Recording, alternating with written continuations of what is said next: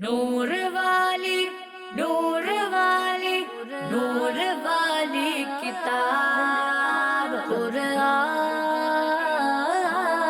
میرا نور والی کتاب قرآن میرا نور والی کتاب۔ الحمدللہ رب العالمین والصلاة والسلام علی سید المرسلین اما بعد فاعوذ باللہ من الشیطان الرجیم بسم اللہ الرحمن الرحیم۔ پڑھیے الصلاة والسلام علیکہ یا رسول اللہ الصلاۃ والسلام علیکہ یا رسول اللہ وعلی آلکہ واصحابکہ یا حبیب اللہ وعلی آلکہ واصحابکہ یا حبیب اللہ الصلاة والسلام علیکہ یا نبی اللہ الصلاۃ والسلام علیکہ یا نبی اللہ وعلی آلکہ واصحابکہ یا نور اللہ واصحابکہ یا نور اللہ۔ کڈز مدنی چینل کے ناظرین اور پیارے پیارے بچوں، پروگرام شروع ہو چکا ہے اور اس پروگرام کا نام ہے نور والی کتاب۔ آپ کو معلوم ہے کہ اس پروگرام کے مختلف سیگمنٹس ہوتے ہیں اور ہر سیگمنٹ میں ہم کوشش کرتے ہیں کہ قرآن مجید سے متعلق پیاری پیاری باتیں کرنے کی، سننے، سیکھنے، سمجھنے، سمجھانے کی کوشش کریں۔ ہمارے پہلے سیگمنٹ میں قرآن مجید کی تلاوت ہوتی ہے۔ کڈز مدنی چینل کے ایک قاری صاحب ہمارے ساتھ شامل ہوتے ہیں، وہ تلاوت کرتے ہیں، ان کا پڑھنا، ہمارا سننا اچھی نیتوں سے ثواب کا کام ہوتا ہے۔ اللہ پاک ہمیں قرآن مجید پڑھتے رہنے کی توفیق عطا فرمائے۔ اس کے بعد ہم اسی سیگمنٹ میں تجوید کی کچھ باتیں سمجھتے ہیں، یعنی کہ قرآن مجید کس انداز میں پڑھنا چاہیے، اس کی جو قواعد ہیں علم تجوید میں بیان کیے جاتے ہیں، بچوں ان کو ہم شامل کرتے ہیں، کوئی ایک قاعدہ ہم ڈسکس کرتے ہیں۔ پھر آگے مزید سیگمنٹس ہوتے ہیں جس میں قرآنی معلومات، قرآنی فضائل، قرآن کی صورتوں اور آیتوں کے فوائد، اور پھر کچھ انفارمیٹیو ہمارے سیگمنٹس بھی ہوتے ہیں، کبھی سوال جواب پر مشتمل ایک سیگمنٹ ہوتا ہے، کبھی اعراب پہچاننے کا مرحلہ ہوتا ہے، تو آج دیکھیں گے کہ کیا ہوتا ہے۔ بہرحال بڑھتے ہیں اپنے پروگرام کے پہلے سیگمنٹ کی جانب، اور پہلے سیگمنٹ سے پہلے ہم درود پاک کی ایک فضیلت کو اپنے پروگرام کا حصہ بنائیں گے۔ چنانچہ نبی کریم رؤوف الرحیم صلی اللہ تعالی علیہ وآلہ وسلم نے ارشاد فرمایا، جس شخص نے مجھ پر ایک مرتبہ درود پاک پڑھا، اللہ پاک اس پر 10 رحمتیں نازل فرماتا ہے۔ کتنا پیارا عمل ہے اور کتنی بڑی فضیلت ہے۔ ایک مرتبہ درود پاک پڑھیں گے تو کتنی رحمتیں ملیں گی؟ 10 رحمتیں ملیں گی۔ اللہ پاک ہمیں کثرت سے اپنے محبوب علیہ السلام پر درود پاک پڑھنے کی توفیق عطا فرمائے اور خوب نیکیاں حاصل کرنے کی بھی سعادت عطا فرمائے۔ مل کے درود پاک پڑھتے ہیں، صلو علی الحبیب صلی اللہ تعالی علی محمد صلی اللہ علیہ وسلم۔ کڈز مدنی چینل کے ناظرین، بڑھتے ہیں پہلے سیگمنٹ کی جانب، اور پہلے سیگمنٹ کا نام ہے تجوید کلاس۔ کیا نام ہے؟ تجوید کلاس۔ قرآن میرا نور والی کتاب۔ ماشاءاللہ، سیگمنٹ کا آغاز ہو چکا ہے تجوید کلاس۔ دیکھتے ہیں کہ آج ہمارے ساتھ کون سے قاری صاحب موجود ہیں کڈز مدنی چینل کے۔ کیسے ہیں قاری صاحب؟ ٹھیک ہیں آپ؟ الحمدللہ رب العالمین علی کل حال۔ ماشاءاللہ۔ قاری صاحب سب سے پہلے اپنا نام بتا دیں آپ۔ محمد سفیان رضا اتاری۔ محمد سفیان رضا اتاری۔ سفیان بھائی، آج کے ایپیسوڈ میں آپ قرآن مجید کی کس سورت کی تلاوت کرنا چاہیں گے؟ سورۃ الدہر۔ سفیان بھائی، آپ نے سورہ دہر کا کچھ انٹروڈکشن پیش کرنا ہے، ہمیں یہ بتانا ہے کہ یہ سورت مکی ہے یا مدنی ہے، اس کی ٹوٹل آیات کتنی ہیں، اور یہ قرآن مجید کے کون سے پارے میں موجود ہے؟ جی۔ پارہ 29، سورۃ الدہر، مدنیہ 31 آیتیں۔ ماشاءاللہ، تینوں سوالوں کے جواب ہمارے قاری صاحب نے دیے ہیں۔ بڑھتے ہیں سورۃ الدہر کی تلاوت کی جانب۔ اعوذ باللہ من الشیطان الرجیم، بسم اللہ الرحمن الرحیم۔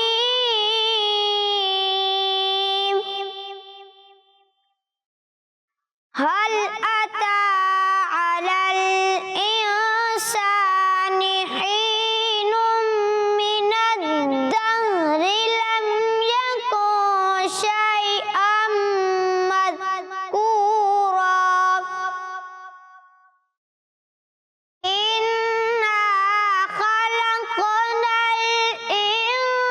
الإنسان من نطفة أمشاج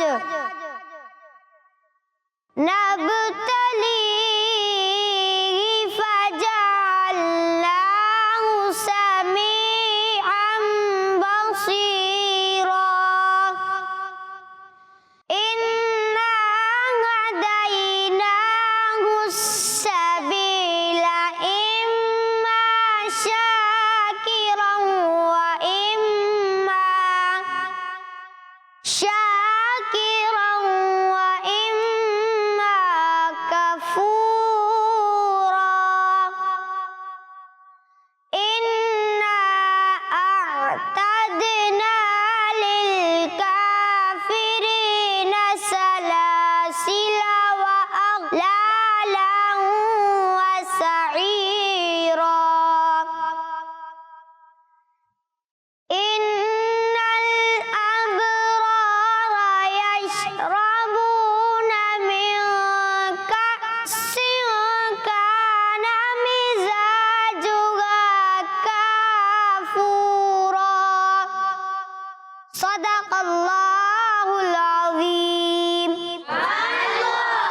ماشاء اللہ، سورۃ الدہر کی چند آیات سے ہمارے سیگمنٹ اور پروگرام کا باقاعدہ آغاز ہو چکا ہے۔ بچوں، جن آیات کی تلاوت ہمارے قاری صاحب نے کی ہے وہ آپ کو اسکرین پر نظر آ رہی ہیں۔ بڑی پیاری صورت ہے اور بڑے پیارے پیارے اس میں مضامین بیان کیے گئے ہیں، لیکن اس وقت ہم نے اس صورت کا ترجمہ نہیں پڑھنا، اس کے مضمون کو نہیں سمجھنا، بلکہ اس وقت ہم نے کیا کرنا ہے، تجوید کے کسی قاعدے کو سمجھنے کی کوشش کرنی ہے۔ اب یہاں پر سورۃ الدہر کی 5 آیات آپ کو نظر آ رہی ہیں، اور ان میں ویسے تو تجوید کے بہت سارے قواعد لگ رہے ہیں، لیکن میں آپ کے سامنے ایک چھوٹا سا مختصر سا آسان سا قاعدہ بیان کروں گا اور یہاں پر آپ کو اس قاعدے کی نشاندہی بھی کرواؤں گا۔ یہ ہو سکتا ہے آپ نے قاعدہ پہلے سمجھا ہوا ہو، سیکھا ہوا ہو، سنا ہوا ہو، لیکن دوبارہ سنتے ہیں کیونکہ علم کی بات ہے، اور علم کی بات کے سیکھنے سمجھنے کے آداب میں سے یہ بھی ہے کہ ایک بات اگر ایک دفعہ ہم نے پڑھ لی ہے، سمجھ لی ہے، تو دوبارہ بھی سمجھنے میں کوئی حرج نہیں ہوتا۔ ٹھیک ہے، علم کی بات کو بار بار سنتے ہیں، پڑھتے ہیں تاکہ وہ مضبوط ہو جائے، ہمیں میمورائز ہو جائے۔ ٹھیک ہے، بار بار پڑھتے رہنا چاہیے، پریکٹس کرتے رہنا چاہیے۔ تو بہت آسان قاعدہ ہے بچوں کہ قرآن مجید میں کسی بھی مقام پر، قرآن مجید میں کسی بھی مقام پر جب نون یا میم آئے اور ان پر ہو تشدید، تشدید کا مطلب کیا ہوتا ہے، 3 دندان والی ایک شکل ہوتی ہے جس کو کیا کہتے ہیں، تشدید، اور جس حرف پر وہ تشدید آ جائے اس حرف کو کیا کہتے ہیں، مشدد۔ میں نے کہا دال مشدد ہے تو مطلب دال کے اوپر کیا ہے، تشدید ہے، تو تشدید جس حرف پر ہوتی ہے وہ کیا کہلاتا ہے، مشدد۔ میم بھی ایک حرف ہے، نون بھی ایک حرف ہے، تو قرآن مجید کے کسی بھی مقام پر میم آ جائے یا نون آ جائے اور اس پر کیا موجود ہو، تشدید، یعنی میم مشدد ہو یا نون مشدد ہو، تو پہلے والے اور بعد والے حرف کو یا اس نون یا میم مشدد کی حرکت کو دیکھنے کی کوئی ضرورت نہیں ہے، بس سیدھا سیدھا ہم نے دیکھنا ہے کہ نون پر تشدید آئی، نون مشدد ہوا، میم پر تشدید آئی، میم مشدد ہوا، دونوں صورتوں میں کیا ہوگا، غنہ ہوگا۔ میم مشدد اور نون مشدد میں ہمیشہ کیا کرتے ہیں، غنہ کرتے ہیں۔ ہمیشہ کا مطلب جب بھی میم پر تشدید آئے گی، جب بھی نون پر تشدید ہوگی، ہم نے کیا کرنا ہے، غنہ کرنا ہے۔ پہلے حرف کون سا ہے، بعد میں کون سا حرف ہے، نون مشدد میم مشدد پر کون سا اعراب ہے، اس کو دیکھنے کی ضرورت نہیں ہے۔ تشدید ہمیں بتائے گی کہ یہاں میم مشدد ہے، غنہ کرنا ہے، نون مشدد ہے، غنہ کرنا ہے۔ غنہ کا مطلب کیا ہوتا ہے، علم تجوید کی ٹرمینالوجی میں غنہ کا مطلب یہ ہوتا ہے کہ کسی حرف کو ادا کرتے وقت ناک میں آواز لے جانا۔ تو اب میں آپ کو سورۃ الدہر کی ان مبارک آیات میں چند مقامات کی نشاندہی کروں گا۔ آپ دیکھیں گے کہ وہاں میم پر تشدید ہے، یعنی کہ میم مشدد ہے، یا نون پر تشدید ہے، وہ کیا ہے، نون مشدد ہے۔ اور جب ہم ان آیات کی تلاوت کریں گے یا ہمارے قاری صاحب نے جس طرح تلاوت کی، تو جن جن مقامات پر تشدید آئی وہاں پر انہوں نے کیا کیا، غنہ کیا۔ جی تو دیکھیں گے سورۃ الدہر کی پہلی آیت مبارکہ میں اس مقام پر آپ کو کیا نظر آ رہا ہے، میم، میم کے اوپر کیا نظر آئی، تو کیا ہو گیا، میم مشدد۔ یہاں کیا کریں گے، یہاں دیکھیں گے میم آ رہا ہے، میم کے اوپر کیا ہے، کیا کریں گے، پہلے اور بعد والے حرف کو دیکھنے کی ضرورت ہے نہیں۔ یہاں پر دیکھیں گے دوسری آیت مبارکہ کے شروع میں آپ کو نون نظر آ رہا ہے، نون پر کیا ہے، کیا کریں گے، یہاں نون مشدد ہے، کیا کریں گے، ادھر دیکھیں نون مشدد ہے، کیا کریں گے، بہت سارے مقامات یہاں پر موجود ہیں۔ یہاں دیکھیں میم پر تشدید ہے، کیا کریں گے، تو الغرض قرآن مجید میں جب بھی نون مشدد یا میم مشدد ہوگا تو ہم غنہ کریں گے۔ اللہ پاک ہمیں تجوید کے ان قواعد کو سمجھنے، سیکھنے، ان کا امپلیمنٹ کرنے اور درست انداز میں قرآن پاک پڑھ کر اس کی برکتیں پانے کی توفیق عطا فرمائے، آمین۔ بڑھتے ہیں اپنے اس پروگرام نور والی کتاب کے دوسرے سیگمنٹ کی جانب، جس میں بچوں ہم قرآن مجید کی مختلف صورتوں اور آیتوں کے فضائل جانتے ہیں۔ کسی ایک صورت یا ایک آیت کو لے کر ہم احادیث کی روشنی میں یہ جاننے کی کوشش کرتے ہیں کہ اس صورت یا آیت کو پڑھنے کی برکت کیا ہے، ٹھیک ہے، اور یہ بیان کرنے کا مقصد کیا ہوتا ہے کہ ہم سن کر اس پر عمل کریں اور اس فضیلت کو حاصل کر سکیں۔ تو بڑھتے ہیں اسی سیگمنٹ کی جانب، سیگمنٹ کا نام ہے سورت اور آیات کے فضائل۔ سورت اور آیات کے فضائل۔ قرآن میرا نور والی کتاب۔ ماشاءاللہ، دوسرا سیگمنٹ ہے ہمارا سورت اور آیات کے فضائل۔ بچوں آج جس سورت کی فضیلت جانیں گے وہ ایک سورت نہیں ہے، بلکہ آج ہم 2 سورتوں کی فضیلت جانیں گے، اور وہ دونوں صورتیں قرآن مجید کے شروع میں موجود ہیں۔ سورہ فاتحہ کے بعد کون سی سورت آتی ہے، سورۃ البقرہ، اور سورۃ البقرہ کے فوراً بعد کون سی سورت آتی ہے؟ سورہ آل عمران۔ تو سورہ بقرہ اور سورہ آل عمران ان دونوں کی فضیلت ہم جانیں گے۔ بڑی پیاری مبارک صورتیں اور بڑی طویل صورتیں ہیں، ان دونوں کی آیات کی تعداد بہت زیادہ ہے، یہ قرآن مجید کی بڑی صورتوں میں شمار ہوتی ہیں۔ تو ان دونوں صورتوں کی فضیلت جانتے ہیں پیارے پیارے بچوں اور کڈز مدنی چینل کے ناظرین۔ صحابی رسول حضرت سیدنا عبداللہ بن مسعود رضی اللہ تعالیٰ عنہ کے پاس ایک شخص نے سورہ بقرہ اور آل عمران پڑھی، یعنی یہ دونوں صورتیں پڑھی، ان کی تلاوت کی۔ تو حضرت عبداللہ بن مسعود رضی اللہ تعالیٰ عنہ نے ارشاد فرمایا، تم نے دو ایسی صورتیں پڑھی ہیں جن میں اللہ کا اسم اعظم ہے کہ اس کے وسیلے سے دعا کی جائے تو قبول ہوگی اور مانگا جائے تو ملے گا۔ بچوں، حضرت عبداللہ بن مسعود رضی اللہ تعالیٰ عنہ بڑے عظیم صحابی ہیں، اور علماء فرماتے ہیں کہ خلفائے راشدین حضرت ابو بکر صدیق رضی اللہ تعالیٰ عنہ، حضرت عمر فاروق اعظم، حضرت عثمان غنی اور حضرت مولا علی رضی اللہ تعالیٰ عنہم اجمعین کے بعد 5ویں نمبر پر سب سے بڑے عالم اور سب سے بڑے مفتی صحابہ کرام میں کون تھے؟ حضرت عبداللہ بن مسعود۔ ٹھیک ہے، علم کے اعتبار سے، فقاہت کے اعتبار سے، قرآن و حدیث کو سمجھنے کے اعتبار سے خلفائے راشدین کے بعد سب سے بڑے عالم کون تھے؟ حضرت عبداللہ بن مسعود رضی اللہ تعالیٰ عنہ، اتنے عظیم صحابی ہیں۔ یہ فرماتے ہیں کہ سورہ بقرہ اور سورہ آل عمران میں، ان دونوں صورتوں میں اللہ تبارک و تعالیٰ کا اسم اعظم موجود ہے، اللہ تبارک و تعالیٰ کا مبارک نام اسم اعظم موجود ہے کہ اس اسم اعظم کی برکت سے دعا کی جائے تو وہ دعا قبول ہوتی ہے، اور اس اسم اعظم کی برکت سے کچھ مانگا جائے تو اللہ پاک بندے کو عطا فرماتا ہے۔ تو ہمیں ان صورتوں کی تلاوت کرنی چاہیے تاکہ ہم ان میں موجود اسم اعظم کی برکتیں پا سکیں۔ ایک اور فضیلت سنتے ہیں ان دونوں صورتوں سے متعلق۔ چنانچہ نبی پاک صلی اللہ تعالیٰ علیہ وآلہ وسلم نے ارشاد فرمایا، قرآن پاک کی تلاوت کیا کرو کیونکہ وہ قیامت کے دن اپنے تلاوت کرنے والوں کی شفاعت کرے گا۔ اور دو روشن صورتیں یعنی کہ سورہ بقرہ اور سورہ آل عمران پڑھا کرو کیونکہ یہ دونوں صورتیں قیامت کے دن اس طرح آئیں گی جس طرح دو بادل ہوں، یا دو سائبان یعنی سایہ کرنے والی ہوں، یا دو اڑتے ہوئے پرندوں کی قطاریں یعنی لائنیں ہوں، اور یہ دونوں صورتیں اپنے پڑھنے والوں کی شفاعت کریں گی۔ سورہ بقرہ پڑھا کرو کیونکہ اس کو پڑھتے رہنے میں برکت ہے، اور نہ پڑھنے میں ثواب سے محروم رہ جانے پر حسرت یعنی افسوس کرنا ہے، اور جادوگر اس کا مقابلہ کرنے کی طاقت نہیں رکھتے۔ تو کتنی برکت والی یہ دو صورتیں ہیں، سورہ بقرہ اور سورہ آل عمران۔ اللہ پاک اس حدیث پاک میں موجود تمام فضائل کو حاصل کرنے کے لیے ہمیں سورہ بقرہ اور سورہ آل عمران کو پڑھتے رہنے کی توفیق عطا فرمائے، آمین۔ بڑھتے ہیں اپنے اس پروگرام نور والی کتاب کے لاسٹ سیگمنٹ کی جانب، جس میں آج ہمارا ایک کمپٹیشن ہوگا، ایک مقابلہ ہوگا کوسچن آنسر پر مشتمل۔ سوالات کوسچن میری طرف سے ہوں گے، آنسر کس کی طرف سے ہوں گے؟ آپ بچوں کی جانب سے۔